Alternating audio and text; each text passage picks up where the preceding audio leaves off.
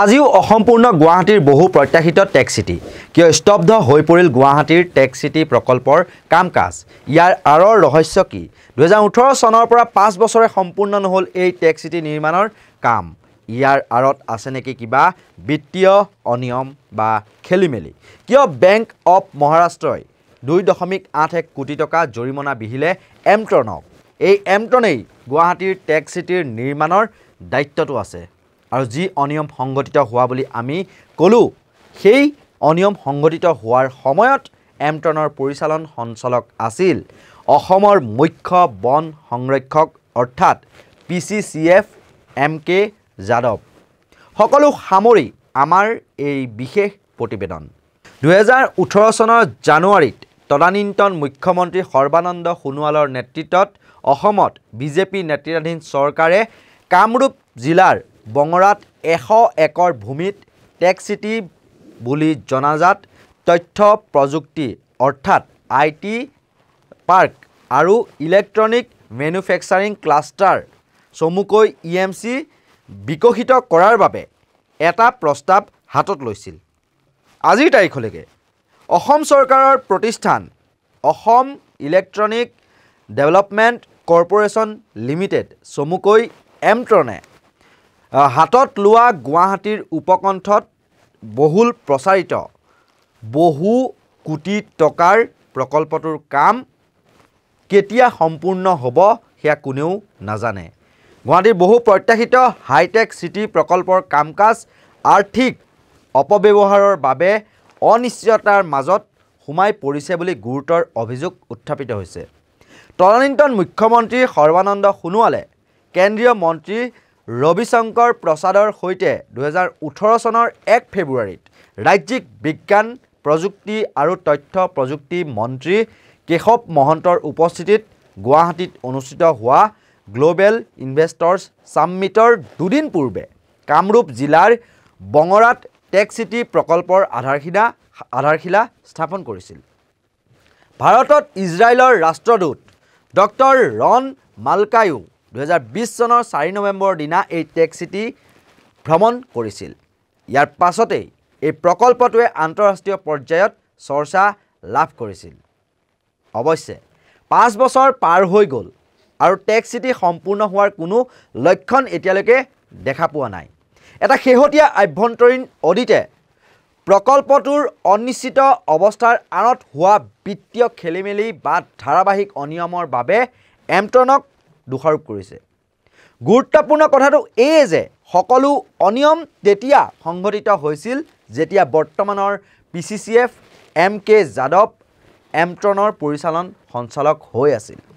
চৰকাৰী কোম্পানীটোৱে 2018 চনৰ জানুৱাৰী মাহত টেক সিটিৰ বাবে 119.85 কোটি টকাৰ বৃহৎ প্ৰকল্পৰ প্ৰতিবেদন লৈ কেন্দ্ৰৰ কাষ চাপিছিল আৰু পৰৱৰ্তী মাহত কেন্দ্ৰই ইয়াক অনুমোদন জনাই 68.4 কোটি টকা মুকলি কৰি দিয়ে যদিও ব্যয়ৰ পৰিমাণ আছিল 70 কোটি টকা এক অদ্ভুত প্ৰক্ৰিয়াৰ মাধ্যমেৰে কেন্দ্ৰই এমট্ৰনৰ পৰা পুনৰ এবাৰ সংশোধিত DPR লাভ কৰিলে য'ত মুঠ ধনৰাশি 607.21 কোটি টকালৈ বৃদ্ধি পালে আৰু ইয়াৰে 487 কোটি টকা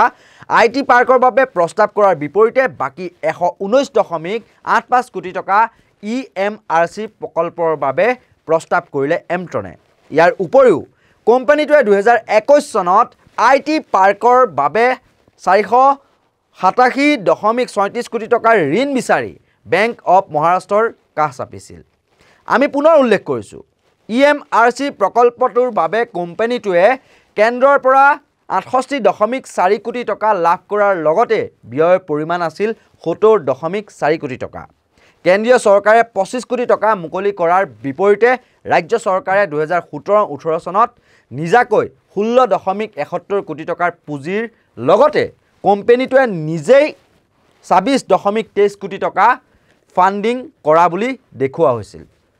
আনহাতে প্ৰাৰম্ভিক পৰ্যায়ত 100 কোটি টকাৰ পুঁজি লাভ কৰা IT পাৰ্ক প্ৰকল্পটোৱে এতিয়ালৈকে কাম আগবাঢ়িব পৰা নাই বা স্থবিৰ হৈ আছে কিন্তু প্ৰাৰম্ভিকভাৱে যি ঋণ লাভ কৰিছিল 100 কোটি টকাৰ সেয়া অতি ৰহস্যজনকভাৱে 89.35 কোটি টকা ইতিমধ্যে ব্যৱহাৰ কৰিলে এমট্ৰনে G+8 steel structure building multi level car parking solar panel আদিকে ধৰি আইটি পাৰ্ক নিৰ্মাণৰ কামো 2022 চনৰ 31 মাৰ্চলৈকে অসম্পূৰ্ণ হৈ থাকিল 2022 চনৰ মাৰ্চ মাহ পৰ্যন্ত 89.35 কোটি টকা খৰচ কৰাৰ বিপৰীতে 10.65 কোটি টকা খৰচ নকৰা বুলি আভ্যন্তৰীণ যি অডিটৰ সেই প্ৰতিবেদনত প্ৰকাশ পাইছে এই সকলোবোৰ জঞ্জাল কেৱল বিত্তীয় অপব্যৱস্থাপনাৰ বাবে হোৱা বুলি দোষাৰোপ কৰে আভ্যন্তৰীণ যি হিচাপ নিকাচ হেয়াই লক্ষণীয়ভাৱে সমগ্ৰ প্ৰকল্পটোৰ বাবে এমট্ৰনে 168.94 কোটি টকা লাভ কৰাৰ বিপৰীতে মাত্ৰ 159.39 কোটি টকা খৰচ কৰিছিল ফলত 8.56 কোটি টকাৰ পুঁজি খৰচ নোহোৱাকৈ থাকিল বা বৃহৎ ৰাশিৰ ধন অব্যৱহৃত হৈ থাকিল এই আভ্যন্তৰীণ অডিটৰ প্ৰতিবেদনখনত কোৱা হৈছিল যে কোম্পানীটোৱে অনিশ্চিত বিত্তীয় অৱস্থাৰ মাজতো উপযুক্ত পুঁজিৰ ব্যৱস্থা নকৰাকৈ 607.21 কোটি টকাৰ যি টেক চিটিৰ এক অভিলাষী প্ৰকল্পৰ কাম আৰম্ভ কৰিছিল এইখিনি এটা কথা আমি উল্লেখ কৰি থওঁ এই টেক চিটি প্ৰকল্পৰ মুঠ ব্যয় 607.21 কোটি টকাৰ বিপৰীতে কোম্পানীটোৱে মাত্ৰ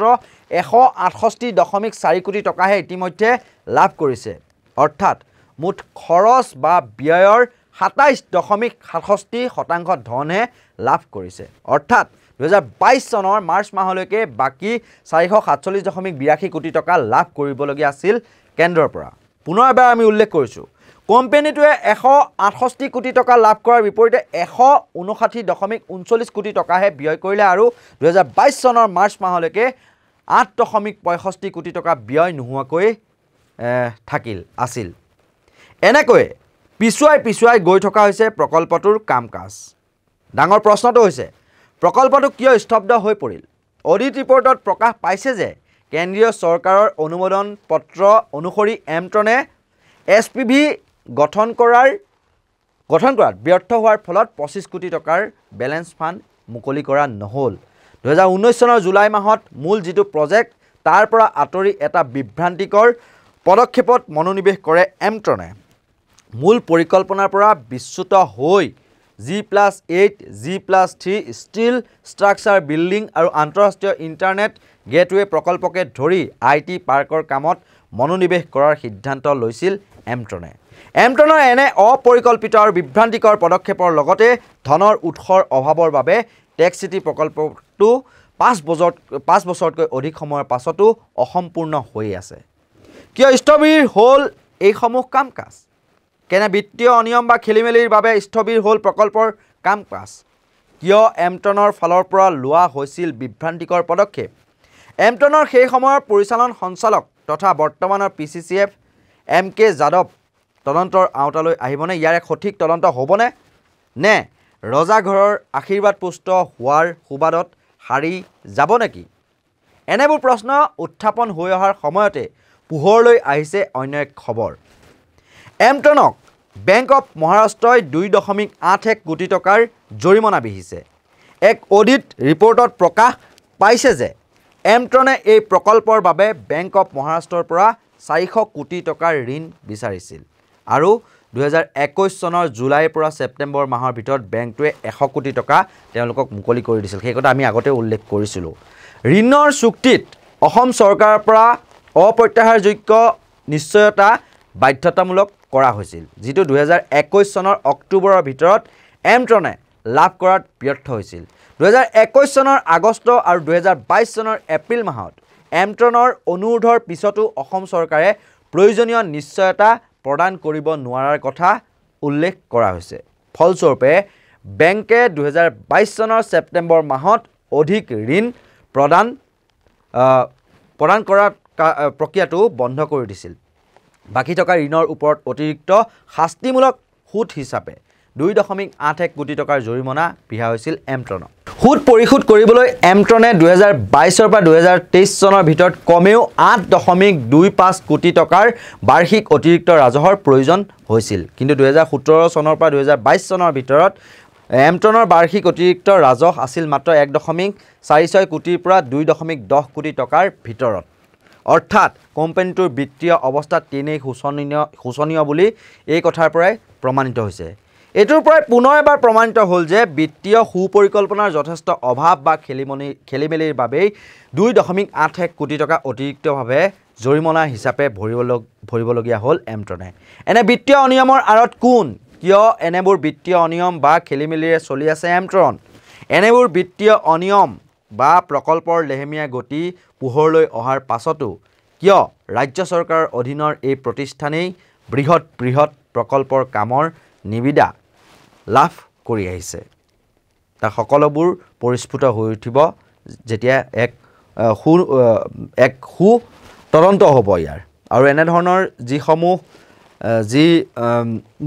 আমি নিৰীক্ষণ কৰি থাকিম এনেকুৱা ধৰণৰ প্ৰতিবেদনসমূহ আমি প্ৰকাশ কৰি থাকিম পৰৱৰ্তী পৰ্যায়তো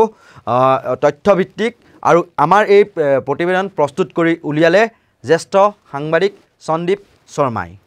আৰু এনেকুৱা ধৰণৰ বিশ্লেষণাত্মক বাতৰিবোৰ আপোনালোকে চাই থাকিব আৰু